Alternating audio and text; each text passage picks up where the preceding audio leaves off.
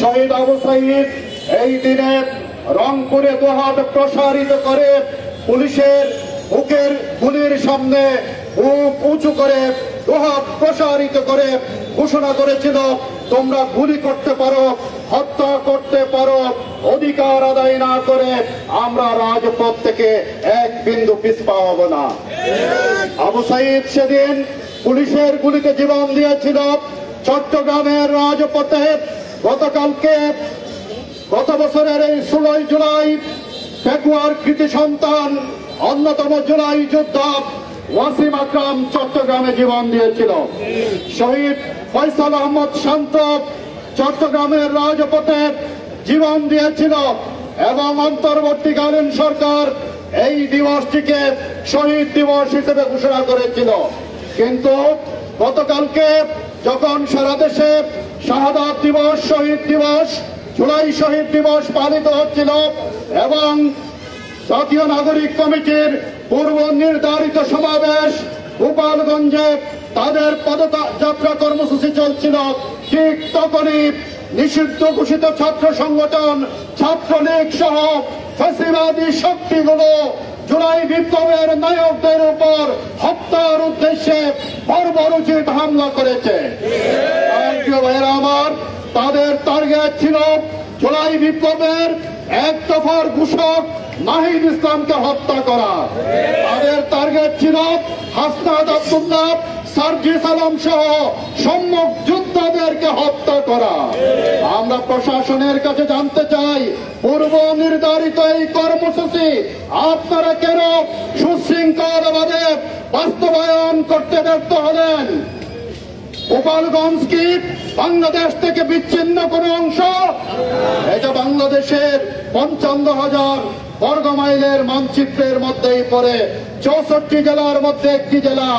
এখানে এখনো ফ্যাসিবাদ আমাদের জুলাই যোদ্ধাদের উপর কিভাবে নির্মম এই হামলা চালায় আমরা সেটি জানতে চাই।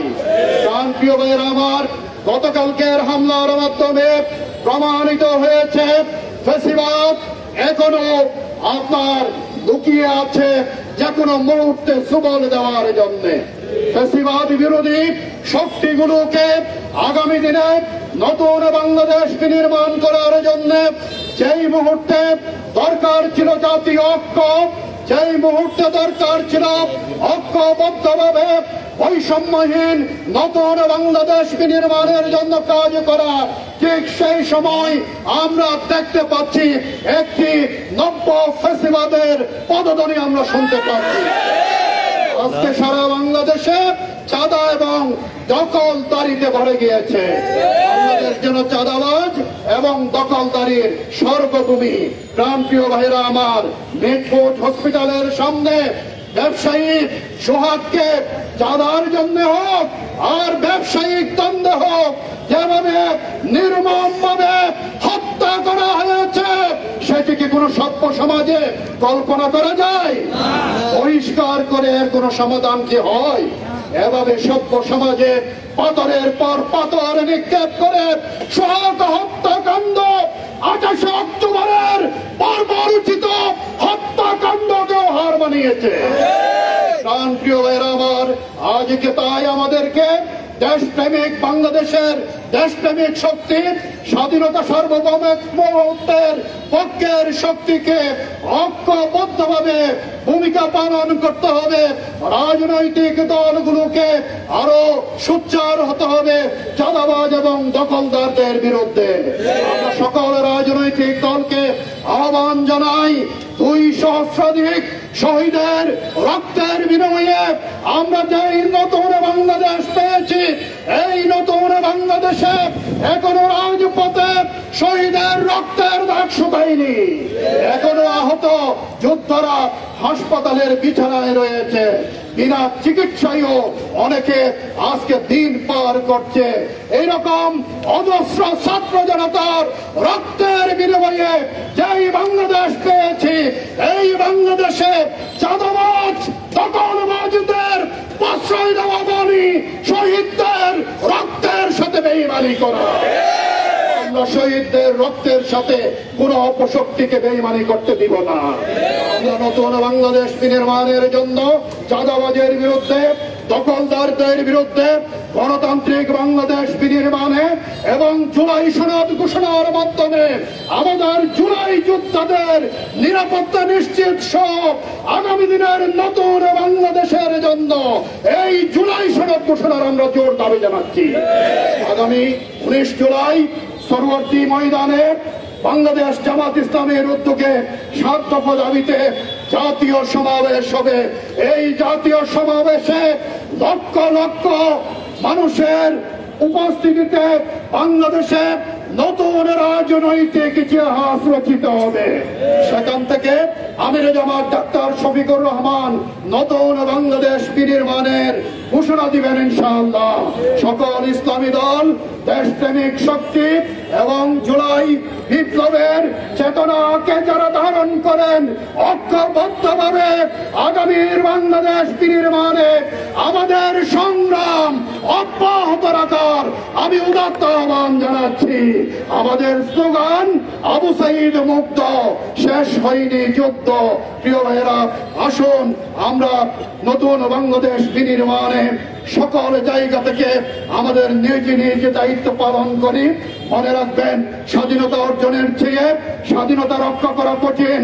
এই স্বাধীনতা রক্ষা করা, গণতান্ত্রিক বাংলাদেশ বিনির্মাণ করা, নতুন বাংলাদেশ, বৈষম্যহীন বাংলাদেশ বিনির্মাণের মাধ্যমে আমাদের শহীদদের স্বপ্ন আমরা বাস্তবায়ন করবো ইনশাআল্লাহ। আমি এই প্রতিশ্রুতি ব্যক্ত করে আমার বক্তব্য এখানে শেষ করছি। এ পর্যায়ে আপনাদের সামনে প্রধান অতিথির গুরুত্বপূর্ণ বক্তব্য রাখবেন বাংলাদেশ জামাত ইসলামীর কেন্দ্রীয় মজলিস শুরা সদস্য, কক্সবাজার জেলার সংগ্রামী আমির, উকিয়া চেকনাফের গণমানুষের প্রিয় নেতা অধ্যক্ষ মৌলানা নূর আহমদ আনোয়ারি।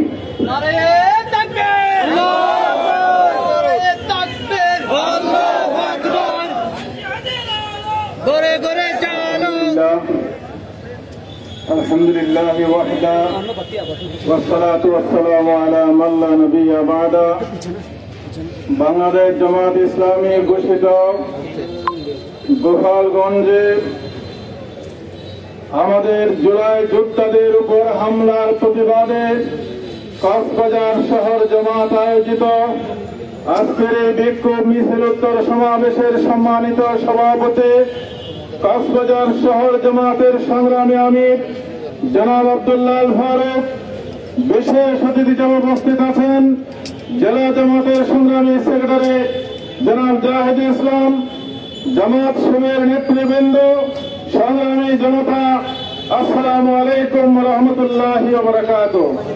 সংগ্রামী জনতা, আপনারা সকলেই জানেন কেন আজকে আমরা মাঠে নেমেছি। গতকালকে সারা বাংলাদেশের মানুষ অবাক হতবাক হয়ে দেখেছে জুলাই আন্দোলনের 1 বছর পূর্ণ হওয়ার আগে গোপালগঞ্জে জুলাই যোদ্ধাদের উপর বড় বড় চেয়ে হামলা হয়েছে। আপনারা দেখেছেন এখনো শহীদের রক্তের দাগ শুকায়নি, এখনো মায়ের কান্না থামেনি। আজকে জানান দিয়েছে ফেসিবাদের পতন এখনো হয়নি, ফেসিবাদ এখনো ওত পেতে আছে, এটা প্রমাণ হয়ে গেছে। আজকে কেন এরকম হলো? এরকম হওয়ার একমাত্র কারণ হচ্ছে আমরা সারা বাংলাদেশের ফেসিবাদের বিরুদ্ধে সকল রাজনৈতিক দল, সকল জনগণ যখন ঐক্যবদ্ধ হয়েছিলাম, সেদিন ফেসিবাদের পতন হয়েছিল। ফেসিবাদীরা লেজ গুটিয়ে দেশ থেকে পালাতে বাধ্য হয়েছিল। কিন্তু আজকে 1 বছরের মাথায় আজকে যখন সে ঐক্যের মধ্যে ফাটল ধরেছে, সে ঐক্যকে বিনষ্ট করার ষড়যন্ত্র যখন শুরু হয়েছে, তখন আমরা দেখতেছি তার সুযোগ নিতে যাচ্ছে লুকিয়ে থাকা ফেসিবাদীরা, ঠিক কিনা? আজকে আমাদের অনৈক্যের সুযোগ নিয়ে ফেসিবাদ নতুন করে মাথা ছাড়া দেওয়ার চেষ্টা শুরু করেছে। তাই আজকে সকলকে ভাবতে হবে আমরা বাংলাদেশের সকল রাজনৈতিক দলের বন্ধুদেরকে আমরা বলতে চাই, আজকে কেউ নতুন করে ফ্যাসিবাদ হওয়ার চেষ্টা করতেছে কেন? আজকে যে স্লোগান আমরা ছাত্রলীগের মুখে শুনেছি, আমরা গত 2 দিনের মধ্যে কক্সবাজারেও কোন দলের নেতা কর্মীদের মুখ থেকে আমরা সেই স্লোগান শুনেছি। ছাত্রলীগ বলতো একটি একটি শিবির ধরো, দরে দরে জবাই করো। আজকে একই স্লোগান আমরা আমাদের ব্যক্তি প্রতিম অনেক রাজনৈতিক দলের কর্মীদের মুখে শুনতেছি। তাহলে কি কেউ কেউ বিদেশের এজেন্ডা বাস্তবায়ন করার জন্য বাংলাদেশে আবার ফ্যাসিবাদের উত্থান ঘটাতে চায় কিনা, সেই প্রশ্ন আজকে নতুন করে দেখা দিয়েছে, ঠিক কিনা? আমরা দেখতেছি আজকে সারা বাংলাদেশে গণমানুষের যে ঐক্য ফ্যাসিবাদের বিরুদ্ধে গড়ে উঠেছিল, সেই ঐক্যকে বিনষ্ট করার ষড়যন্ত্র করা হচ্ছে, জনগণকে বিভক্ত করার ষড়যন্ত্র করা হচ্ছে। প্রতিনিয়ত বিভ্রান্তিমূলক কথাগুলো ছড়ানো হচ্ছে। আপনারা দেখেছেন বারোয়াখালীতে একটি ঘটনা ঘটেছে, এই ঘটনার সাথে কোন রাজনীতির সম্পর্ক নেই। জমি জমাকে কেন্দ্র করে, মসজিদের জমি দখল বেদখলকে কেন্দ্র করে 2 গ্রুপের মধ্যে সংঘর্ষ হয়েছে, একজন মারা গেছে। আমরা সকল হত্যাকাণ্ডের বিচার চাই, কিন্তু এই ধরনের ব্যক্তিগত সামাজিক একটি দ্বন্দ্বকে কেন্দ্র করে আজকে 2-3 দিন থেকে একটি দল জামায়াতের উপর তার দায় চাপিয়ে রং লাগিয়ে বিভ্রান্তিমূলক আচরণ, বিভ্রান্তিমূলক সংবাদ প্রচার করতেছে। আমরা তীব্র নিন্দা জানাচ্ছি। আমরা জুলাইয়ের গণ-অভ্যুত্থানের সেই বিভৎস দৃশ্যকে স্মরণ করতে চাই। ফ্যাসিবাদ বাংলাদেশের মানুষের বুকে কিভাবে চেপে বসেছিল। 2000-এর অধিক তরুণ ছাত্রদের বুকের রক্তের বিনিময়ে আমরা ফ্যাসিবাদ থেকে মুক্ত হয়েছি। আপনারা আবার জনগণকে বিভ্রান্ত করে ফ্যাসিবাদের পুনর্বাসন করবেন না। আমরা তো সেই স্লোগান দেয় নাই, আমাদের বাইরে সেই স্লোগান দেয় নাই। আমরা কোন ব্যক্তিগত সামাজিক ঘটনাকে রাজনৈতিক রূপ দেয় নাই। কেন আপনারা দেখেন নাই উকিয়ার জালিয়ানওয়ালাবাগে সেদিন একজন ইউনিয়ন পরিষদের মেম্বার নির্মমভাবে খুন হয়েছে। সেই খুনের মামলার প্রধান আসামি হচ্ছে বিএনপির উপজেলা পর্যায়ের নেতা। আমরা তো বলি নাই এখানে বিএনপি হামলা করেছে, আমরা কি বলেছি? আমরা কোথাও পত্রিকায় স্টেটমেন্ট দিয়েছি? আমরা ফেসবুকে কোথাও বলেছি? বলে নাই। আমরা তো কোন ব্যক্তিগত ঘটনাকে, কোন 2 গ্রুপের তারা আত্মীয় স্বজনের ঘটনাকে, জমি জমার ঘটনাকে আমরা তো এখানে রাজনৈতিক রূপ দেই নাই। অথচ একটি বিচ্ছিন্ন ঘটনাকে রাজনৈতিক রূপ দেওয়ার জন্য উঠে পড়ে লেগেছে একটি দল। আমরা বন্ধুদেরকে আহ্বান জানাই, আসুন জুলাইয়ের যে গণহত্যা আমরা চোখের সামনে দেখেছি, দীর্ঘ 17 বছরে যে ফ্যাসিবাদ থেকে আমরা মুক্ত হয়েছি, সেই ফ্যাসিবাদ যেন আবার মাথা ছাড়া দিয়ে উঠতে না পারে। আসুন আমরা জুলাই চেতনাকে ধারণ করে আবার ঐক্যবদ্ধ হই, আবার রাজপথে নামি। যেখানে ফ্যাসিবাদীরা মাথা তুলে দাঁড়ানোর চেষ্টা করবে, সেখানেই তাদেরকে মাটির সাথে মিশিয়ে দেওয়া হবে। আমরা মাঠ থেকে চলে যাই নাই। আবু সাইদ মুক্ত, শেষ হয়নি যুদ্ধ। আমরা এখন যুদ্ধ আছি। ফ্যাসিবাদের পরিপূর্ণ খবর না দেওয়া পর্যন্ত বাংলাদেশের মুক্তিকামী জনতা মাঠ ছাড়বে না। জুলাইয়ের মাসে জুলাই যোদ্ধাদের উপর হামলা বরদাস্ত করা হবে না। আগামী দিনে এ ধরনের কোন হামলা, কোন ষড়যন্ত্র কোথাও হলে সম্মিলিতভাবে তাকে কবর দেওয়া হবে ইনশাআল্লাহ। প্রিয় ভাইরা, আজকে জামায়াত ইসলামী বাংলাদেশ এই বিপ্লবের বিজয়ের শুরু থেকে পর্যন্ত ইতিবাচক ধারা রাজনীতির মাধ্যমে বাংলাদেশের সকল গণতন্ত্রকামী ইসলামী শক্তিকে সাথে নিয়ে নতুন বাংলাদেশ গড়ার জন্য আন্দোলন করে যাচ্ছে। আমরা একটি সুষ্ঠু সুন্দর নির্বাচন, আমরা প্রয়োজনীয় সংস্কার, জুলাই যোদ্ধাদের চিকিৎসা, বিদেশেরত আমাদের প্রবাসীদের ভোটাধিকার, এই সব কিছু মিলিয়ে 7 দফা নিয়ে জামাত ইসলামী আগামী 19 জুলাই সোহরাওয়ার্দীতে ঐতিহাসিক জাতীয় সমাবেশের ডাক দিয়েছে। এই জাতীয় সমাবেশের মধ্যে দিয়ে নতুন বাংলাদেশের পথ রচনা হবে ইনশাআল্লাহ।